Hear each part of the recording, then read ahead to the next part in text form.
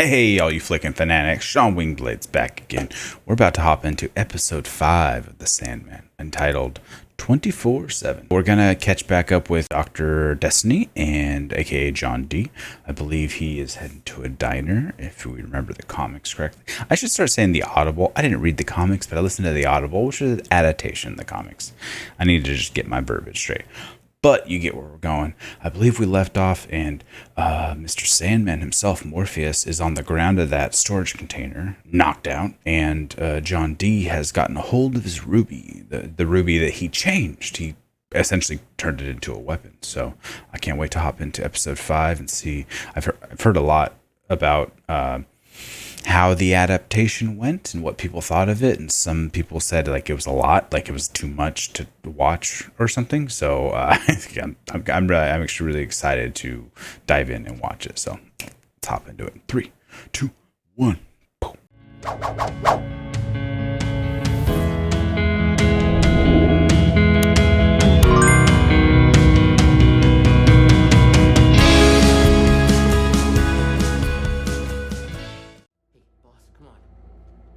Get up. I mean it, seriously. We gotta get you out of here. Gotta get your ruby back. But we can't do that unless you wake the fuck up. I'm loving Matthew. Wake the fuck up.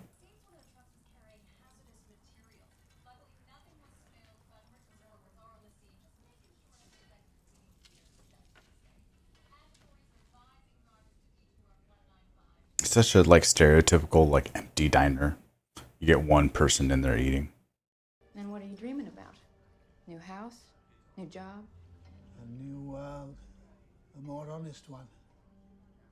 Yeah, but how do you get a new world by tearing down the last one?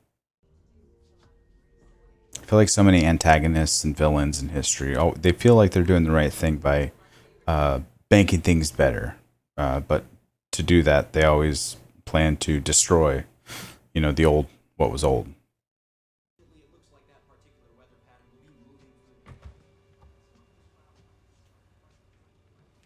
Oh, I should just put on the lipstick for him.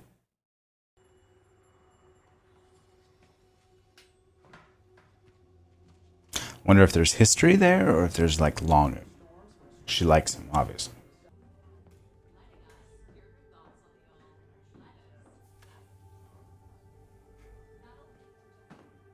He's just sitting there people watching. Which? Do you want me to call over there and find out? No.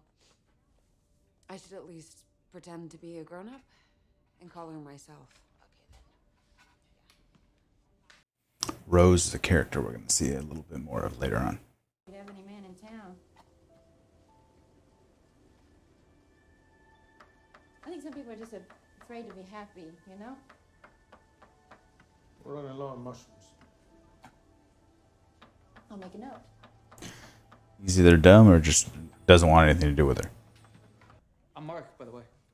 And I'm gay, so... He's just trying to be nice. She set them up. I set them up. Oh, yeah? Betty's a matchmaker, Two of my obviously. She thinks You can see she's been doing it already. I don't think he wants the spinach salad. Oh, yeah, there you go. Well, you've been. Maybe if that's what you want. There's this weird tension going on. I'll have the salad.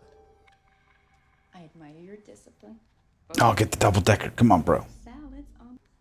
Dude, she's the CEO. He's the trophy husband. You want me to introduce you? How very sexist of him. I love the weird Dutch angles they just use. Make a more honest one.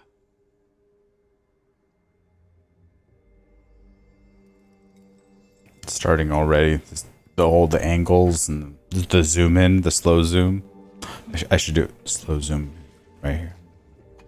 Makes you feel uneasy. You're not eating that. I won't eat the bun. Bedford, you mind? Could I please just eat what I want for once? Let him eat what he wants. Come on. Hey, how many She looks like she wants to murder him right now. I don't think I texted her. She just doesn't want to hear from you. Oh, snap.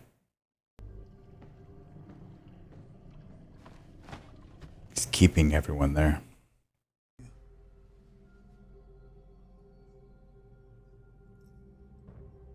She said that? To Marsh. I heard her.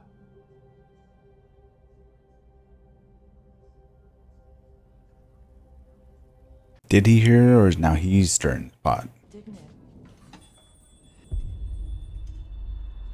Oh, they can't leave. There you are. Happy anniversary, you two. Hi, Beth. How are you on your special? Are they gonna start it over again? Oh no, he's gonna make them eat the same thing over and over and over again. Who are you texting? Shipping. They want the distro list.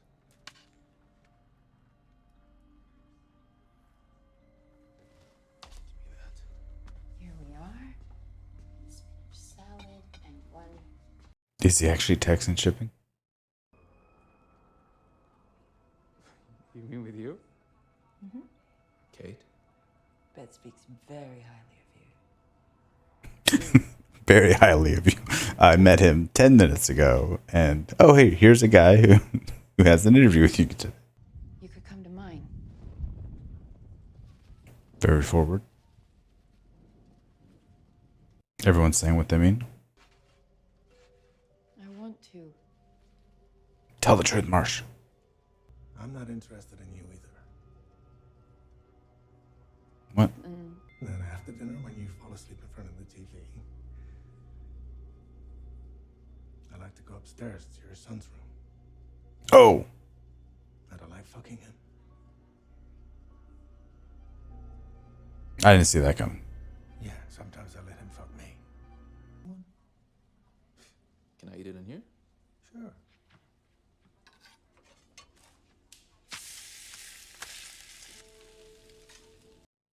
This will be his what, third burger now? You know what? Fuck Marsh. Yeah, bet. Fuck that guy. Which is fine. Because he's not very good at it. Nah. Are you? She is auditioning a new Gary then. You know? Donna's lucky to have you. I wonder what's about to happen. And fun will take care of you. Someone positive and fun, like you. No. Maybe. And how beautiful. And Aw.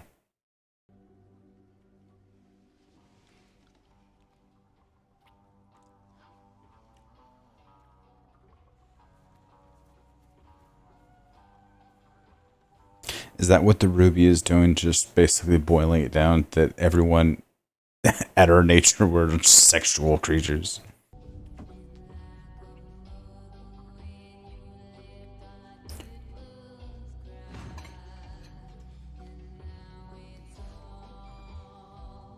I think the question is the Ruby making them all do that, like, because it's true nature? Or is he making it do it because that's his fantasy?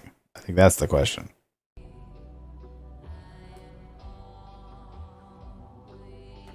He's looking for ice cream. Successfully made it after 10 years of trying. Reports are Oh, the whole world is going to town. Uh-oh.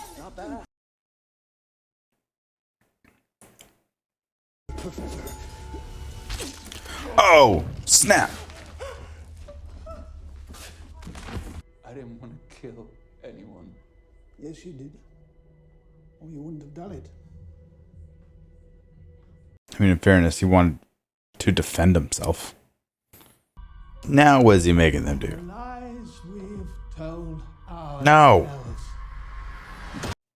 Ow. Don't do it. So the love and hate, No. pleasure and pain. Oh, did he cut up?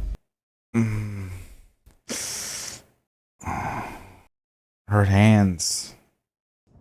You can hear the news in the background too. This is not the only place where there's tragedies happening. Embrace the darkness.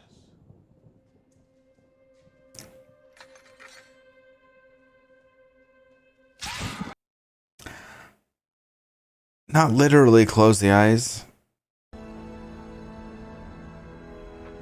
There he is. Do something about this guy, come on. I thought I'd have more time to write with Bernard off at college, but it's been great having him home, so... Your dreams are your hope. I think that's what this series is all about, too. Which we saw in the last episode, too. Is that Roderick Burgess' house? Yeah, it is. Look like the same house.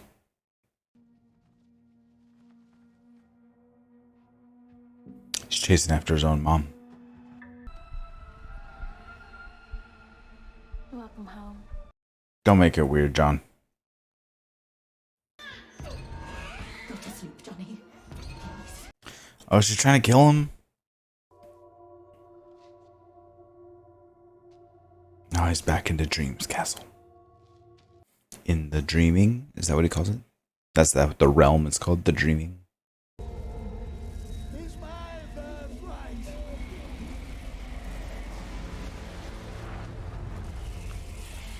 Taking all his power. Don't hurt the dreamers. Leave them alone. And be everyone. Half of everyone, basically.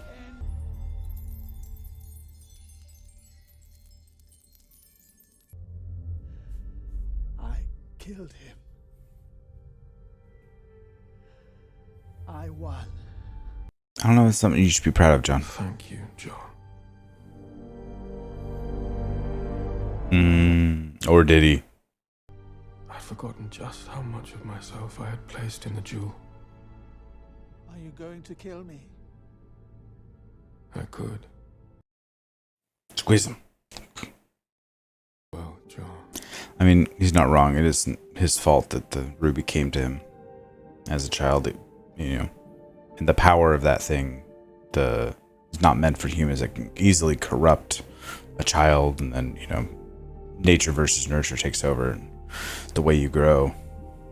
Take him back to the mental hospital. But tonight, at least, humanity will sleep in peace. That's sad. All that damage and destruction caused by humans' true nature.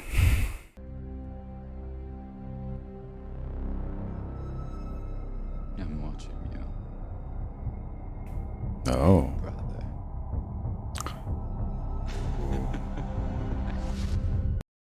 I believe that's desire. Wow. What an episode.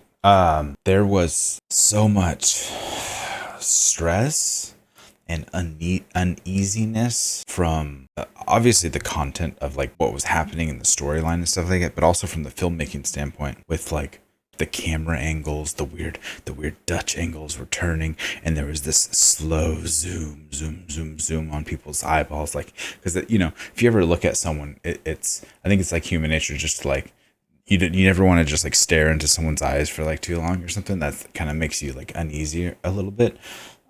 But I knew like if you listen to the Audible and stuff, and I'm not sure how much detail they go in the comics, but the results of what happened. I don't remember knowing the details of what exactly was happening, what exactly John did to everyone. I think you just hear about it like, oh, 6 dead found in a diner. You don't experience what they all did to themselves, to each other, and stuff like that.